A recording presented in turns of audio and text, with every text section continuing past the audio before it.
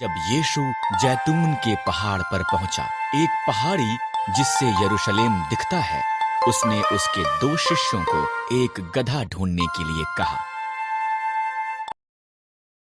उन्होंने गधा ढूंढा और उस पर अपने कपड़े डाले। यीशु ने बाइबल की उस आयत को पूरा करते गधे पर सवारी की जो ये कहती है, हे यरूशलेम, देख तेरा राजा गधे पर बैठा आता है। यीशु गधे पर चढ़कर यरूशलेम की तरफ गया। बहुत से लोगों ने उसके चमत्कारों को याद किया और उसके साथ शामिल हो गए। उन्होंने उसका आदर करने के लिए उसके आगे आगे सड़क पर खजूर की डालियां और कपड़े बिछाए। उन्होंने आशा की कि यीशु परमेश्वर का वादा किया उद्धार करता है, इसलिए उन्होंने पुकार कर कहा, होशाना, धन्य है वो जो प्रभु के नाम से आता है, धन्य है इज़राइल का राजा।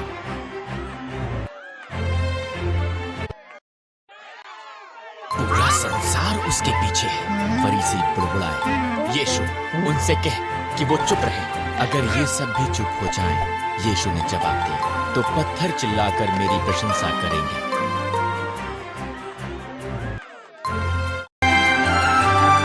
जो बुरी बातें कर रहे हैं, धार्मिक अगुओं ने अचंभा किया। इसलिए यीशु ने उन्हें परमेश्वर के प्रेम की एक कहानी बताई। ये इस प्रकार है।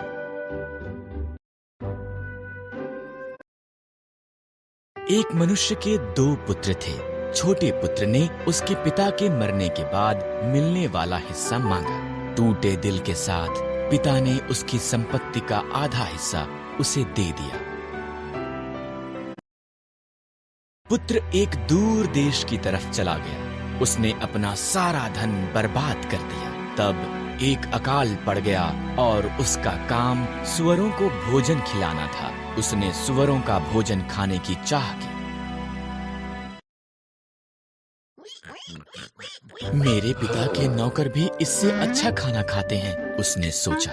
मैं वापस घर जाऊंगा और मान लूंगा कि मैंने उसके और परमेश्वर के विरुद्ध पाप किया है। शायद वो मुझे अपने नौकरों में से एक जैसा बना ले। बेटा घर वापस लौटा।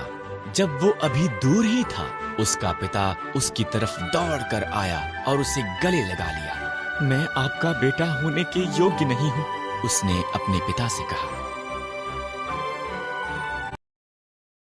मेरे बेटे के लिए मेरा सबसे अच्छा वस्त्र लेकर आओ, पिता ने अपने नौकरों से कहा। उसकी अंगुली में अंगूठी डालो, सबसे मोटा बछड़ा पकाओ। मेरा बेटा खो गया था और अब वो मिल गया है।